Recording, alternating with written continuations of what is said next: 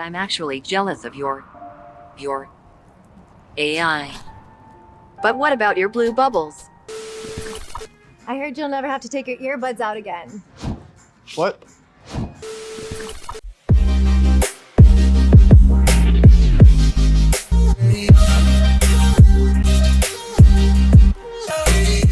I have already talked about the Googlepixel 8 and I'm sure you have seen a ton of videos about the device. However, there is this one question that has been bugging me. Where is Google headed with the AI on their Pixels? Okay, let me take you through what they have brought on the table with the software improvements, especially generative AI. But first, let us look at the cameras. These are the hardware that has been heavily used in later processing of their photo and video using AI. The main camera comes with 50 megapixel camera sensor, 48 megapixel on the ultra-wide, 48 megapixel again on the telephoto, which also has a 10x optical zoom. They say that it has an autofocus on the front-facing camera for better selfies, especially in group photo. These are great specs for a high-end phone, but again, it doesn't stop there. Let's talk about the software and the AI that has been introduced into the Google Pixel phones, especially with the use of the Tensor G3 processor, and what Google has done differently on their Pixel phones that other phone brands has not done so far. We'll talk about the photos, that is the photo processing, their videos, how well they have used AI, and also in audio. Talking about the photos, there is Real Tone. This is a feature that Google introduced and they say that it is there to make everyone look more like their beautiful self.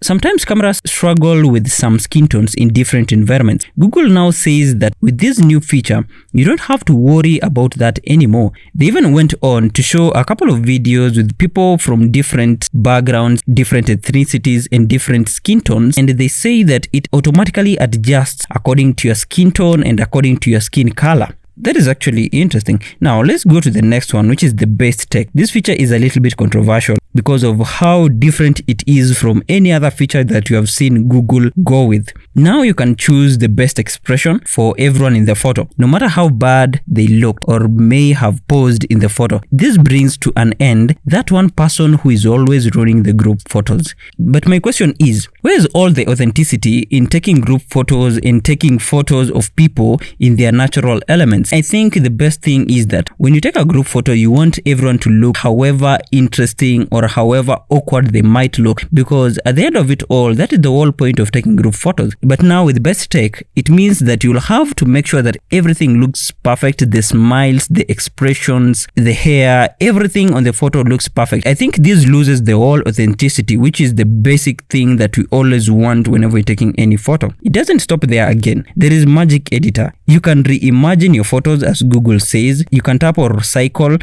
any object that you want. You can reposition, you can resize to put the objects anywhere that you want on the image. Basically, it means that it doesn't matter how bad the image looks, because after all, you can always use Magic Editor and reposition anything. Again, this is the same as best tech. It means that it loses all these natural elements of people and objects in photos, because whenever we take any photos, we always go back to look at them and be like, wow, that person was doing this. These people were doing this at the background. I don't know what percentage of people really want these photos that are so perfect, that always want everything repositioned in a certain direction or in a certain state. There is also Magic Eraser, almost the same thing as Magic Editor, but now this is where Google uses generative AI and it cooperates it to make Magic Eraser much more flawless with the generative pixels to fill in on the removed objects. This is to do away with the cringy pixels left by erased objects in an image. This is not so a new feature because it was there on the Google Pixel 7. It is there on the Google Pixel tablet and also on the Google Pixel Fold. Now it has just been polished to look much more better. It goes in hand with the same Magic Editor, or rather it's there to help Magic Editor and Magic Eraser, in that it makes the image look much more polished, because whenever you had to remove an object, it means that there were some pixels that had to fill in on the blanks and to make that image complete without the original pixels. There's also zoom enhance, and now on any zoomed photo that you take, you can enhance the pixels to look much more sharper and with high quality. This will definitely blur the line between best zoomed images while comparing other phone brands. For example, Samsung has been there for a while and it has always taken the prize when it comes to the sharpest photos on zoomed images. But now I think with zoom enhance, it means that however zoomed their photos, most likely they're going to take the prize on this.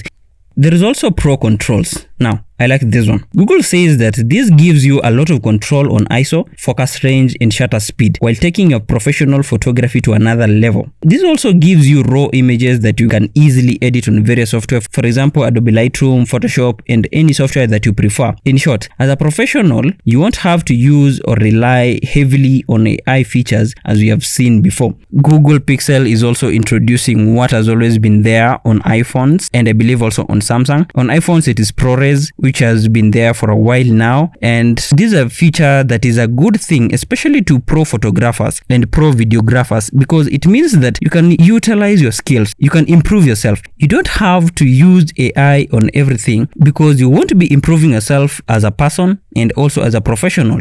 Talking about videos, you can now remove objects and unblur blurry videos with the latest AI features, which is all fun. However, one interesting feature is Video Boost. They say that it improves your videos on low light, it brings the vibrance in every video, and they even went on to compare side by side the iPhone 15 Pro Max and the Google Pixel 8 Pro just to show you how much the Video Boost feature is going to improve your videos and take videography to another level. Still, this is not a ready feature as it is going to be released later on in December.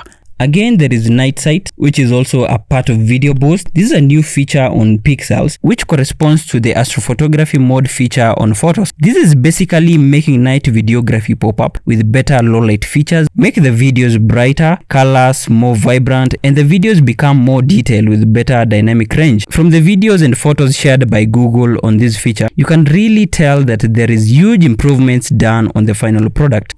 So let's talk about the audio as we wind up. There is Audio Magic Eraser. This is with computational audio capabilities. It reduces distracting sounds using TensorG 3 and advanced machine learning. They say that it is there not just to remove background noise as we know it, but to reduce distracting noise in your videos. This is by identifying different sounds in videos and sorting them in layers. So many people have always been battling with distracting noise and also with the different background noises. And sometimes when you are editing, you really want to distinguish between that one barking dog at the back or that music sound that you want to remove. And I think this feature is going to help a lot, especially for people who are always shooting on their phone, which is something that many people do nowadays. So this is something that is really going to help so many creators. And I think if I got myself a Google Pixel 8 Pro, this would really improve my videos. If you have reached this far, kindly hit that subscribe button. Okay, so there is also clear calling on Google Buds. This is an additional feature that is going to help you, especially if you're someone who is always editing or doing video calls on the go. Maybe you are in a coffee shop which is noisy, you are walking on the streets, but you need to hear whatever is being talked about very clearly. This is an additional feature that many people are also going to like.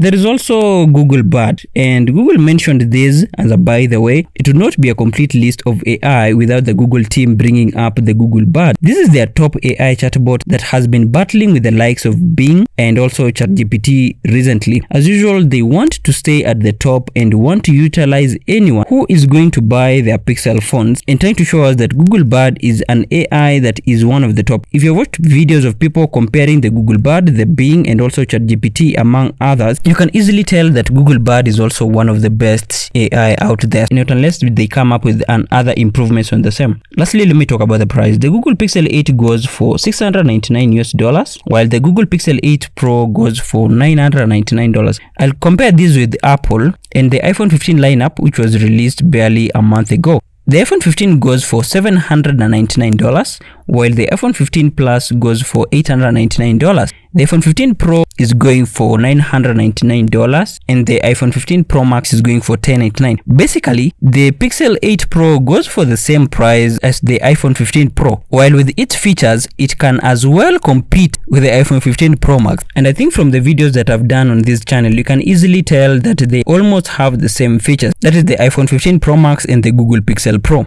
As I conclude, I would say that Google says that TensorG 3, machine learning, and cloud computing has been used to achieve all this. That is the all AI and the software on their phones. And they also added that this is what Google can do and not any other phone brand. This is a field that is a little bit controversial at the moment, and maybe a time will come when people will be more comfortable with AI, and that is when it will be the best time for other phone brands joining in and incorporating AI on their phones. What does these new features mean to creators, to creativity as an art, and to an average user? I have mentioned severally about Google ecosystem. With all these advancements they are doing, they might end up splitting their fan base. Those who are for AI and those who just want their old Google Pixel phone back that could take incredible photos without so much processing. I don't think I'm fully on board with all the AI inclusion on production and processing of every shot you take. Still, these are just the starting stages. Maybe later on we will grow to love the software and jump ship into the generative AI that they are feeding us with. What do you think? Kindly feel free to leave a comment below of your thoughts and opinions about this. I'll be glad to go through all of them. Thank you very much guys for sticking up to this end. This is Leslie Lenz. See you guys in the next one. Peace.